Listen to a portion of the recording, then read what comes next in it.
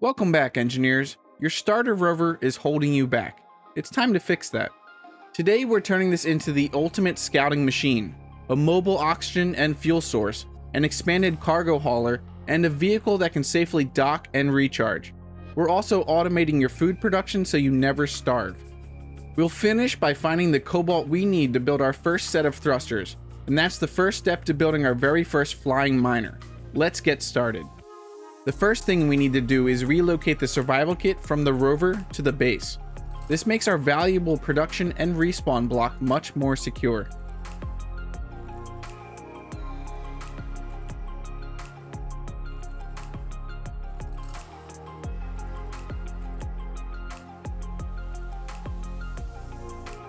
Now we upgrade the rover for the journey. It's currently great for short trips, but it needs a few essential upgrades to survive out in the world.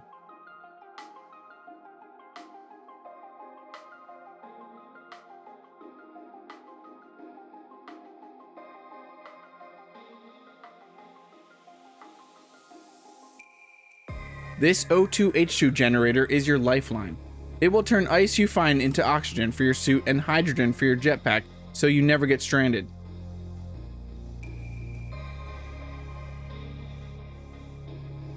The cargo container is where you'll keep all the valuable resources and components you find out there.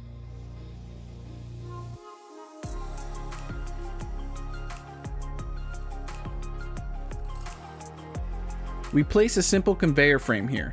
That progression block immediately unlocks the connector, which we put on the back. The connector is essential for easy access to your inventory and for docking to your base. Now, open the terminal for the connector, find the setting used for parking, and turn it off. Leaving it enabled means that pressing your main parking brake, P, could accidentally unlatch any other nearby ships or grids docked to your base. It's much safer to just disable it. We need to add a couple of wheels for stability, but wheels are locked behind the landing gear in the progression.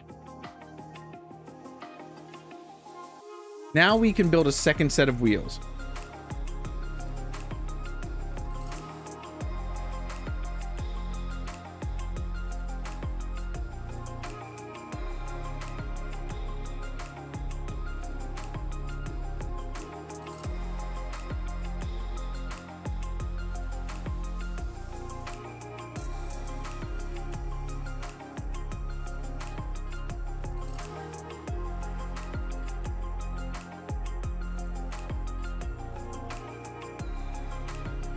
As a personal preference, I set the steering angle on my back wheels to 10 degrees. It gives the rover a much better turning radius, making it easier to maneuver.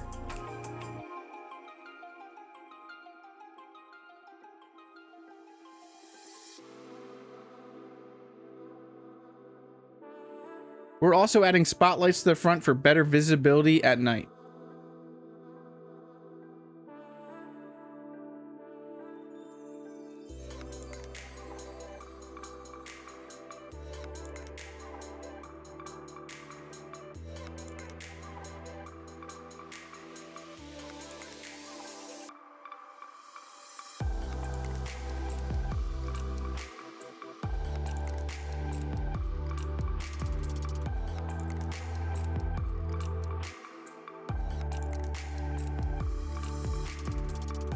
Next, let's automate the base, starting with the survival kit we moved earlier. Let's build a small conveyor system to automate a few basic survival needs. This conveyor system is huge. It ensures everything is linked up. Now, open your survival kit terminal. Go to the Kelp Crisp recipe and Control-Shift-click it. This will queue up 1,000 Kelp Crisps. Since the survival kit is connected to your algae farms, it will now automatically pull the 4 algae it needs and produce food whenever it has the chance. You also get better material conversion by processing stone in the survival kit. The survival kit is more efficient at turning stone into ingots like iron and nickel than the basic refinery is. So if you're mining a lot of stone, make sure to process it there to get the most resources out of it. Every time we come back to base, we'll want to charge the rover's batteries and drop off our loot. To do that, we need to add a connector to our base. Make sure the connector is facing away from the base, so your rover can easily back up to it. This is where your rover will dock and transfer all of your resources and power. The connector on the Rover is how you connect to your base for power and resource transfer. You can also get easy access to your Rover's inventory right from the back. Now that we have our scouting machine, we can search for Cobalt.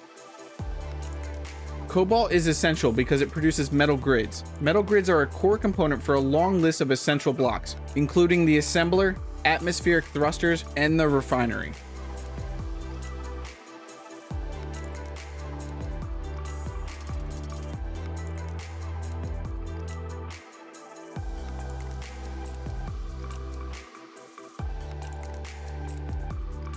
We now have our first small cargo container. This gives us more storage right where we need it, next to our dock.